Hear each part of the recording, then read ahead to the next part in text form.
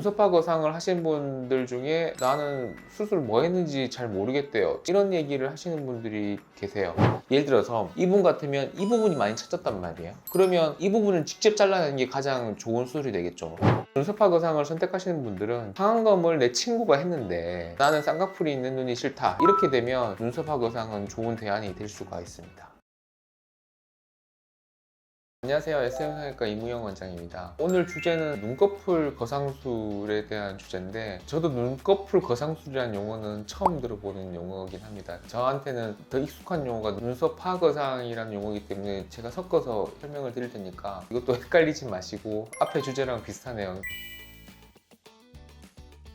눈썹 하거상이 뭐냐? 우리가 나이가 들면서 피부도 처지고 근육도 힘이 빠지고 그런 현상이 눈에 생기는데, 그래서 이렇게 눈이 이제 덮이게 되는 거죠. 이런 부분을 해결하기 위해서 눈썹 하거상은 이만큼 잘라서 이 부분을 위로 이렇게 당기면 아무래도 눈이 커 보이는 거죠. 눈매 교정이라는 수술은 뭐냐면, 여기 있는 그 눈 뜨는 근육을 직접 수술을 해서 눈 뜨는 근육을 더 강화시키는 수술을 하는 게 눈매 교정이라고 생각하시면 됩니다. 그래서 눈썹 하거상은 쉽게 말하면 메인은 눈 뜨는 근육을 건드리는 게 아니라 처진 피부, 근육, 지방 이런 부분들 위로 끌어올린다, 그런 리프팅 개념이 강하고, 눈매 교정은 눈 뜨는 근육, 기능적인 요소를 해결하기 위한 수술이라고 생각하시면 됩니다.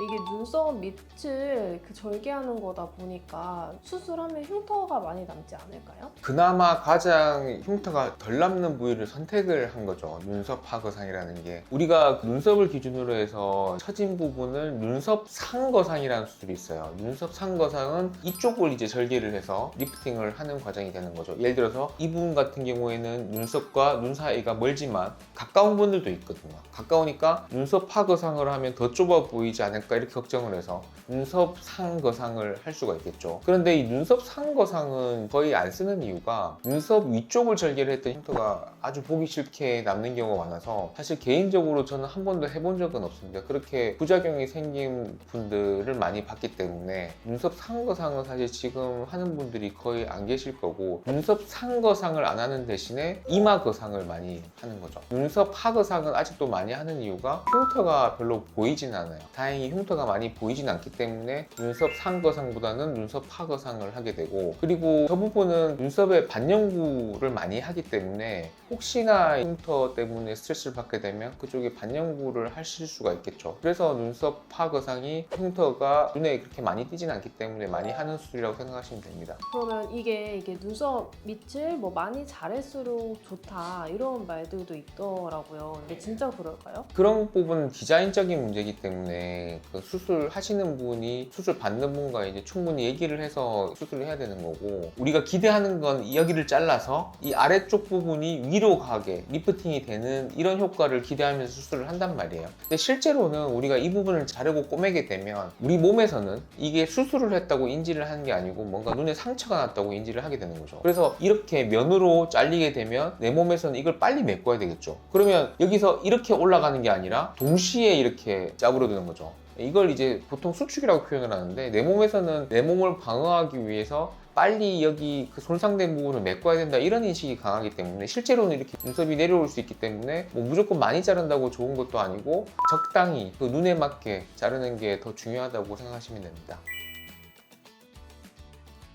눈썹 하거상하고 항상 비교를 해야 되는 부분은, 이제 눈매 교정보다는 상안검이라는 수술과 항상 비교를 하게 되는데, 사실 기본적으로 60대, 70대가 수술한다고 하면 상안검을 하시는 비율이 한 8 정도 되는 것 같아요. 눈썹 하거상을 하시는 분들이 한 이 정도 되는 것 같고, 상안검으로 우리가 할 수 있는 게 더 많은데, 눈썹 하거상을 선택하시는 분들은 일단 나는 쌍꺼풀 싫어, 나는 처진 것만 좀 어떻게 했으면 좋겠어, 나는 바로 출근해야 돼서 회복 기간을 그렇게 길게 잡을 수가 없어, 이렇게 생각하시는 분들은 이제 눈썹 하거상을 선택을 할 수 있는 거죠. 그래서 눈썹 하거상을 모두에게 권하는 건 아니고, 일단 기본적으로 눈썹과 눈 간격이 넓은 분들은 눈썹 하거상에 적합하겠죠. 거죠. 여기가 좁은데 또 더 잘라내면 더 좁아 보이기 때문에 그런 분들은 일단 기본적으로 적합하지가 않고 내 눈에서 크게 변화가 없지만 뭔가 리프팅되는 효과만 있었으면 좋겠다, 그렇게 생각하시는 분들이 이제 눈썹화 거상을 선택을 할 수가 있는 거죠. 그런데 이제 눈썹화 거상은 회복 기간도 적지만 사실 효과도 좀 덜 할 수밖에 없어요. 그래서 눈썹화 거상을 하신 분들 중에 꽤 많은 분들이 나는 수술 뭐 했는지 잘 모르겠대요, 친구들이. 뭐 이런 얘기를 하시는 분들이 계세요. 눈썹화 거상은 상안검하고 비교를 해서 그런 얘기가 나올 수 있습니다. 그러니까 어느 쪽이 더 적합할지 충분히 고민해서 선택을 하시는 게 좋을 것 같습니다.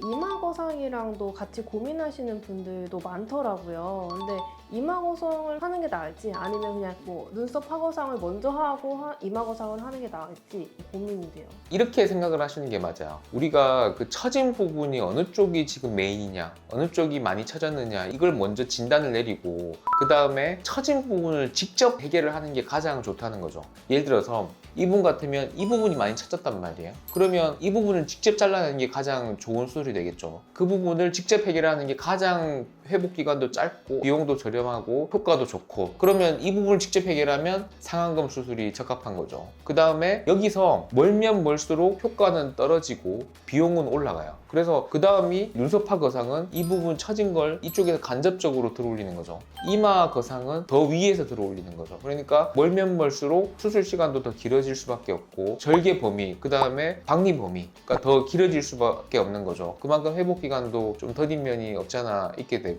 그래서 눈에 따라 다르지만 해결해야 되는 부분에서 가까운 곳일수록 비용도 더 싸고 그 다음에 회복 기간도 짧기 때문에 그걸 먼저 하라고 합니다. 예를 들어서 눈썹 거상하고 그 다음에 이마 거상을 같이 고민을 한다. 근데 눈썹과 눈 사이 간격이 좁다. 그러면 당연히 이마를 먼저 하는 게 맞을 것 같고, 넓다. 그러면 눈썹화 거상이 맞을 것 같고, 애매하다. 근데 두 개 중에 고민이 된다. 그러면 눈썹화 거상이 맞지 않을까 싶습니다. 그럼 비슷한 수술들을 동시에 하는 건 별로 안 좋을 것 같아요. 왜냐면 그러면 또 절개 부위가 많아지고 수술 비용도 비싸지고 회복 기간도 길어지고 효과가 있는 부분을 선택을 하고 그걸로 끝나면 다행이고, 안 되면 그때 다시 한번 또 생각을 해보더라도 수술을 동시에 진행한다. 저는 그렇게 추천하진 않습니다.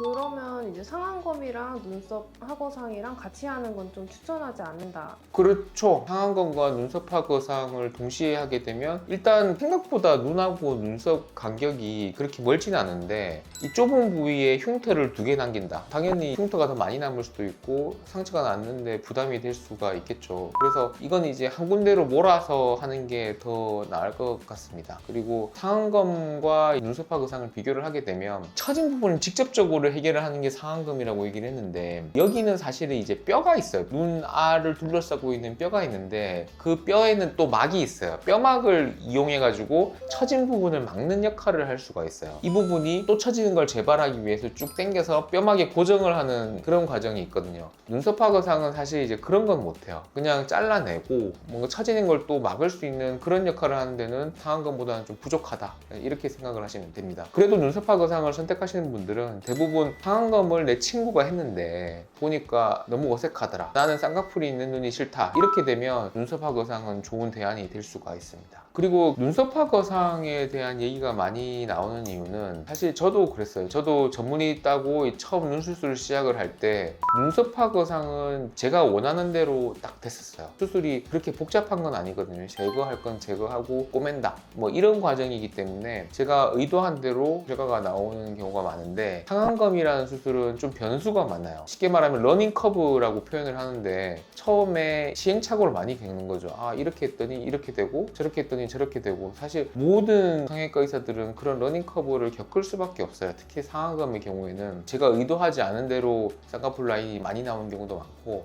짝재기가 나오는 경우도 있고 수술을 했는데 또 덮인 경우도 많고, 러닝 커브가 길기 때문에 상안검이라는 수술을 하다가 포기하는 경우도 많고, 그러면 사실은 눈썹화 거상이 더 좋은 대안이 될 수가 있거든요. 상안검에 자신이 없는데 상안검을 계속한다, 그래서 나는 눈썹화 거상으로 바꿀래, 뭐 그런 경우도 솔직히 있을 수 있거든요. 왜냐하면 그분이 눈을 전공한 게 아니고 코를 메인으로 하는데 눈을 한 번씩 한다, 뭐 그러면 러닝 커브가 별로 필요 없는 그 눈썹화 거상이 나을 것 같다고 생각을 합니다. 하지만 확실히 상안검 수술만으로 해결할 수 있는 부분이 있기 때문에 이런 부분은 상담을 통해서 결정을 해야 된다, 그렇게 정리를 할 수가 있겠네요.